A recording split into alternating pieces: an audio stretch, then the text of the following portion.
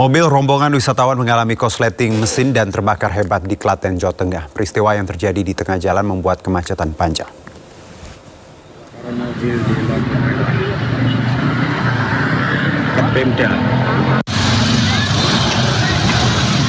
Sebuah mobil bernomor polisi AB1263EL yang ditumpangi rombongan wisatawan satu keluarga asal Yogyakarta terbakar di Jalan Pemuda Klaten, Jawa Tengah.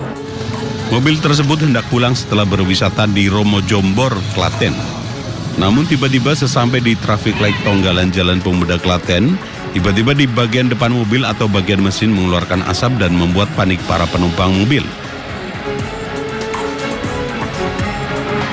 Beruntung para penumpang yang berjumlah sekitar 8 orang berhasil menyelamatkan diri sebelum api membakar sebagian mobil tersebut. Menurut pengakuan korban, api muncul dari bagian depan mobil sebelah kiri. Selanjutnya korban mengevakuasi diri untuk penumpang dan driver kurang lebih 8 orang. Setelah wisata dari Romo Jombor akan pulang ke kawasan Sleman. Diduga kebakaran tersebut akibat korsleting listrik di bagian mesin. Akibat kejadian tersebut, Jalan Pemuda Klaten sempat mengalami kemacetan beberapa saat. Dari Klaten, Jawa Tengah, Saiful Effendi, iNews melaporkan. Kembali bersama kami, Presiden Republik Indonesia Prabowo Subianto melakukan peletakan batu pertama atau groundbreaking proyek industri baterai kendaraan listrik terintegrasi di Kabupaten Karawang, Jawa Barat. Dalam acara groundbreaking yang dilakukan siang tadi, Prabowo menyampaikan pembangunan industri baterai kendaraan listrik di dalam negeri merupakan sejarah baru dan bukti keseriusan dalam mewujudkan swasembada energi. Industri baterai kendaraan listrik terintegrasi ini merupakan bagian dari proyek strategis nasional yang disebut mampu menyerap 8.000 tenaga kerja dan mendorong pertumbuhan ekonomi lokal.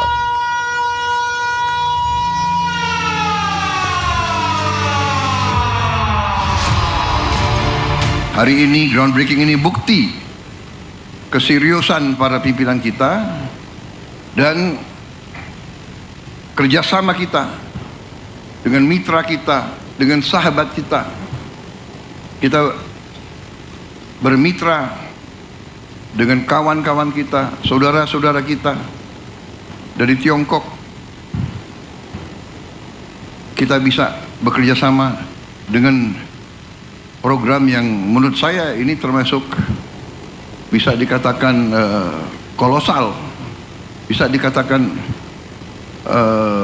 terobosan luar biasa.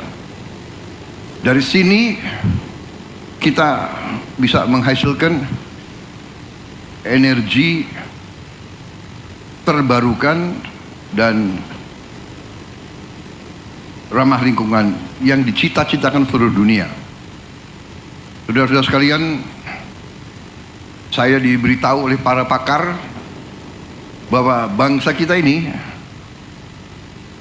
sungguh-sungguh bisa swasembada energi, dan hitungan saya tidak lama, 5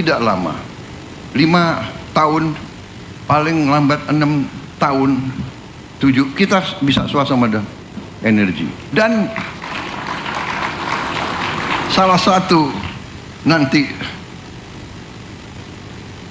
jalan kita menuju swasembada energi adalah listrik dari tenaga surya. Dan listrik dari tenaga surya ya kuncinya adalah baterai. Dan hari ini kita saksikan, hari ini tadi laporannya menghasilkan 15 gigawatt. Kita butuh, kalau tidak salah para pakar laporan ke saya, untuk benar-benar mandiri kita perlu mungkin 100 gigawatt. Berarti mungkin proyek ini harus dilipat gandakan. Mungkin. Ya, dan saya percaya bahwa kita mampu untuk melaksanakan itu. Ya. Saudara-saudara, saya ucapkan selamat kepada semua unsur dan terima kasih kawan-kawan kita dari CATL, dari Tiongkok,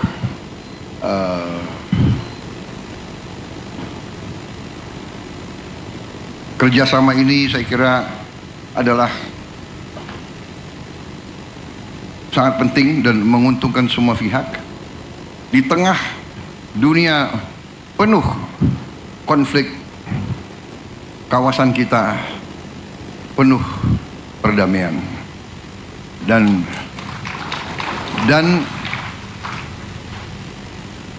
tidak ada kemakmuran bisa kita capai tanpa perdamaian.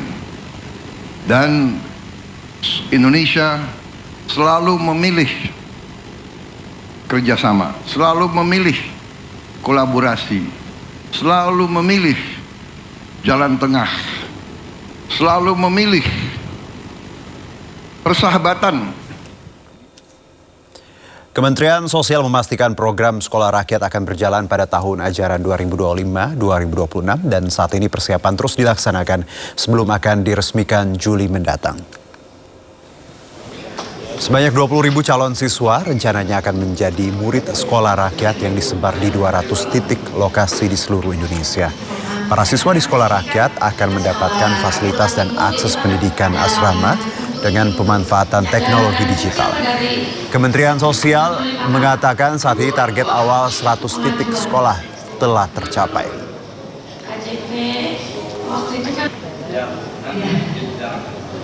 Jadi memang sekarang ini kita sudah menentukan 100 titik pertama. Sudah selesai itu semua. Artinya sudah dalam proses finalisasi. Gurunya, muridnya, dan perangkat-perangkat lain sudah jalan yang insya Allah di akhir Juni ini semuanya tuntas. Kita sekarang menuju ke 100 titik berikutnya. Di mana sekarang ini kira-kira ada 70 lebih sudah yang direstui oleh Kementerian Pekerjaan Umum dan dinyatakan layak untuk menjadi rintisan sekolah rakyat tahun ini. Sementara itu, Sekretaris Kabinet Teddy Indrawijaya turut meninjau persiapan sekolah rakyat. Tak lupa Teddy juga turut memberikan sambutan. Bapak, Ibu, adik-adik, anak-anak sekalian, selamat pagi semua.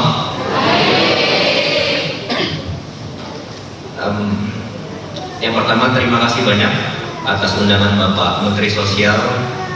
Kemarin beliau menghubungi saya, kemudian beliau ini adalah orang yang ditugaskan oleh Bapak Presiden untuk merancang, kemudian untuk mencari, kemudian untuk menciptakan bagaimana caranya keinginan Bapak Presiden untuk adanya sekolah rakyat ini terwujud dalam waktu secepat mungkin, dan beliau segera merencanakan, mencari, dan inilah hasilnya. Jadi beberapa bulan lalu rencana tersebut dimatangkan dan saya sudah sering sekali diajak beliau, namun ini baru kedua kali saya hadir, dan saya lihat sendiri bahwa yang disiapkan bapak-bapak ini semua, ibu-ibu semua, ini berjalan sangat lancar. Dan pagi ini saya lihat kembali bersama para orang tua yang anak-anaknya nanti akan bersekolah di sekolah rakyat ini.